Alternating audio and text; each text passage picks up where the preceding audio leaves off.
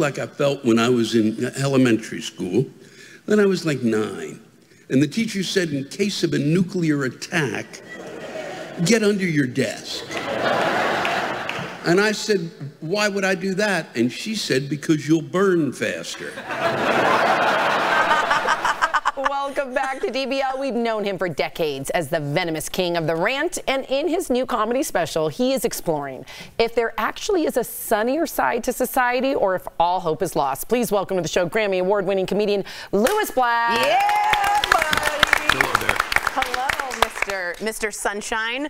All right, your distinct angry style is notorious, and I wanted to know how much of that persona is your true personality. Or are you like a mensch and you're just like a cuddle bug at home?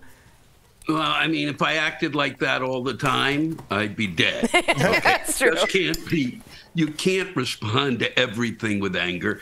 And there's a lot of stuff that makes me happy, but I'm not like, you know, and there's a part of me that's kind of soft and squishy, like with everybody, but I can't really let that out. I've got to make a living. I hear you. I hear you. You got to be hard. Yeah, this is the society we live in now. No, and look, I beat us to the punch on that. I'm the one who should be yelling, not the rest of these idiots, okay? All right? Because I still try to find the joke. I'm bellowing for all of us, okay? Because there's irritation after irritation.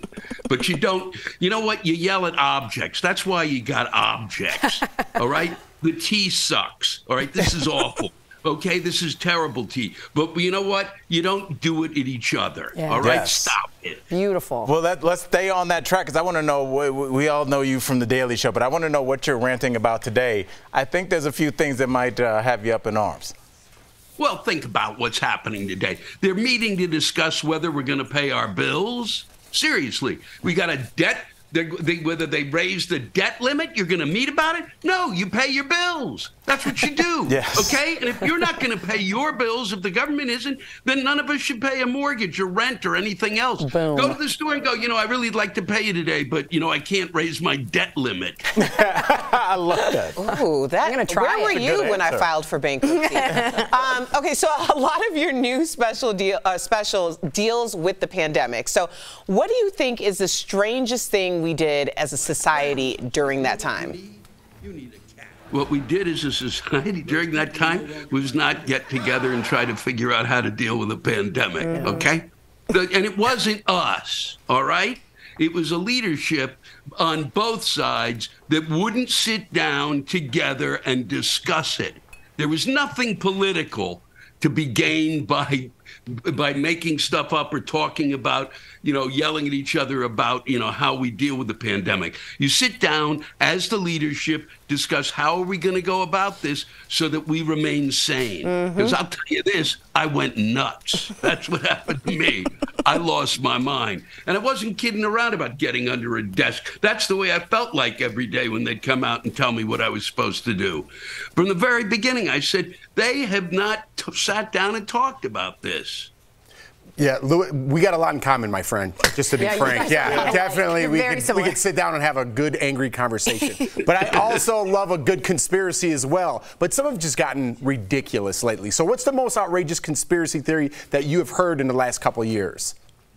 Well, it was the QAnons who really, as a group, decided that Robert Kennedy was going to return to Dealey Plaza, where his father, John Kennedy, was shot.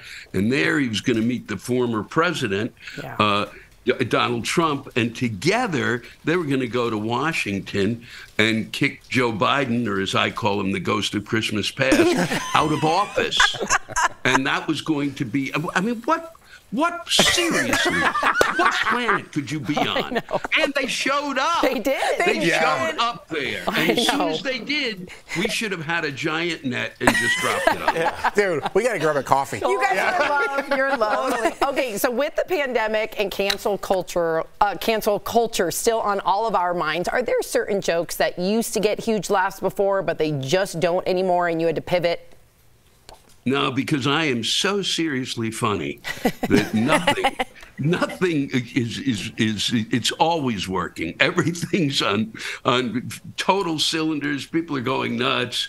You know, they couldn't be having a better time. No, you know, what happens is that, you know, what was weird was sometimes during the pandemic, afterwards I would go on stage afterwards and would mention something about the former president, and then people would yell, "Hey, how come you're not talking about Obama?" And I'd go, "He's not the president, okay? And neither is the guy I'm talking about. So what are you talking about?"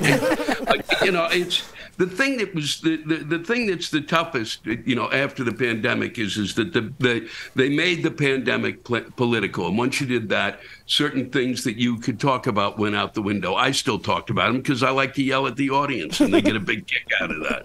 We still do. I know. Say it like it is. You are a national treasure, my friend, and still knocking it out of the park. DBL Nation, Lewis Black's new special, Tragically, I Need You, is streaming now. You can go watch the whole thing for free right now at official Lewis Black on YouTube, and he's on tour this summer. So check out lewisblack.com to get your tickets when he comes to your town. Thank you, Lewis. We'll be right back. Thanks, buddy.